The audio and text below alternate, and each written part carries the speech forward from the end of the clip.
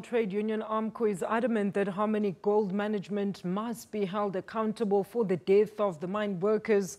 The union says the incident could have been avoided.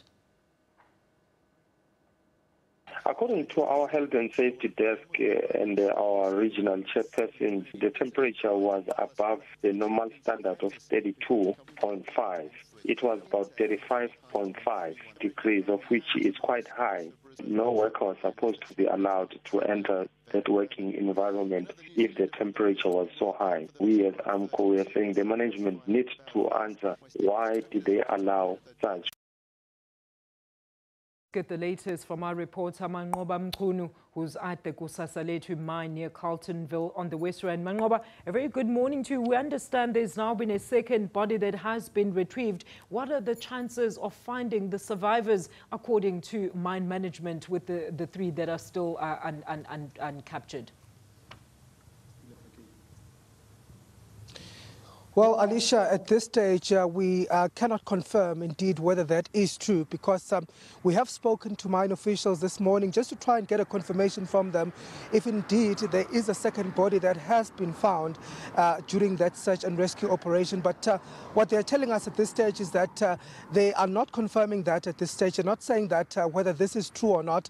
What they are saying to us is that according to what they know, so far, they still have one body that was found yesterday.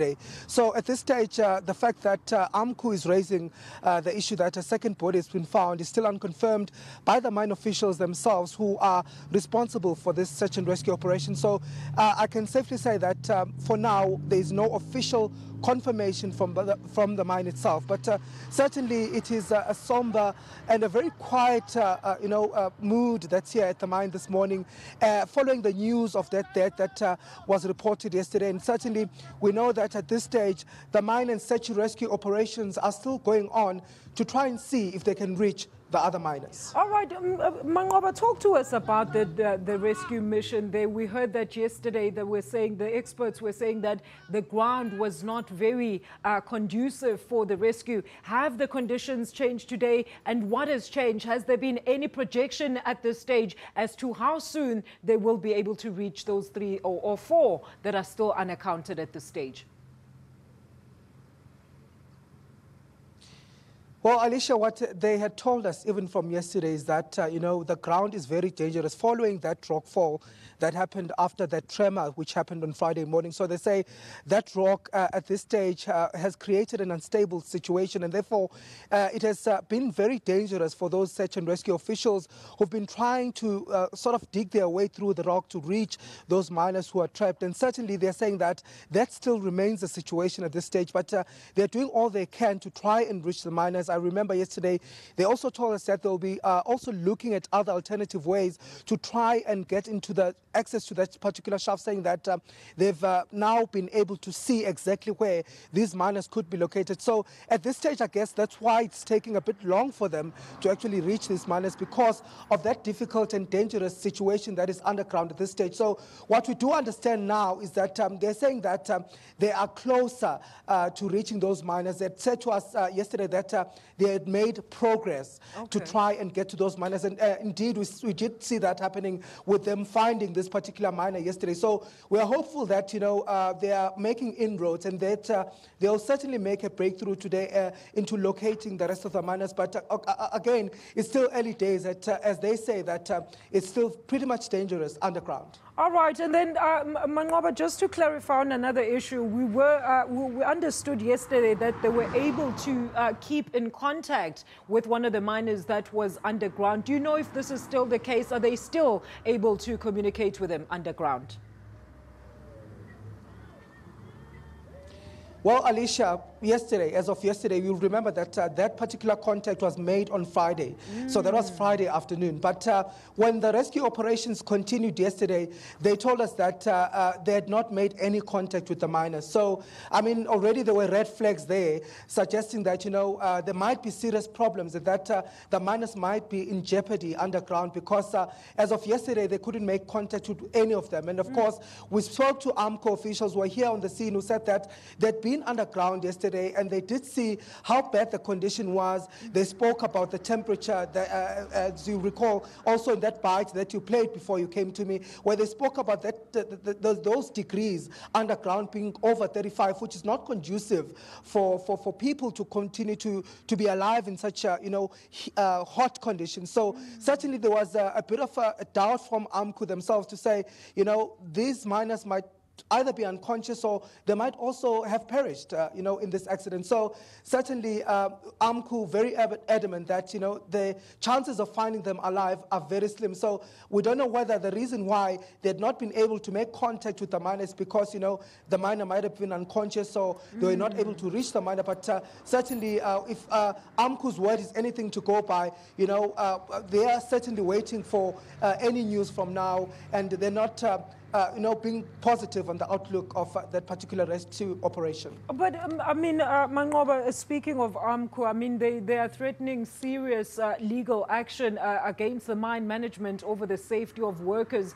Do you tell us, have they given any word to, like, a clear indication as to what their next step is should the operation, of course, retrieve dead bodies or some survivors? What is going to be the next step for AMCU? Well, we spoke to AMCU officials who were here at the mine yesterday, and what they did say to us is that the working conditions have always been dangerous underground. They said that they had tried to raise this on several occasions with the mine, saying that some of the spanners in that wheel that takes the miners down were missing, and saying that the ground itself there is very unstable and it's dangerous to be in the mine. So they say these are the issues they've been raising with mine officials, but of course mine officials did not take these into their priority. So they're saying that at this stage they are going to hold the mine responsible for each and every loss of life. They're saying that going forward, if these issues are not addressed, they are going to ask their members not to go and work in these conditions that they deem to be dangerous. All right. So at this stage, in terms of legal challenge, they haven't indicated now what their plan is with regards to that. All right, and Manqoba, before I let you go very quickly, have you had a chance to talk to any of the families there that are gathered to see if their loved ones will be brought to the surface? And at this stage, is there any indication from the mine management side as to how they will further assist those families? Well, Alicia, at this stage, we have not been able to speak to the families. In fact, the mine has made it pretty clear to us that we will not be allowed contact with the families. So we are very doubtful at this stage if we'll be able to talk to the families at all, but we're trying by all means to see if we can get any sort of contact with them.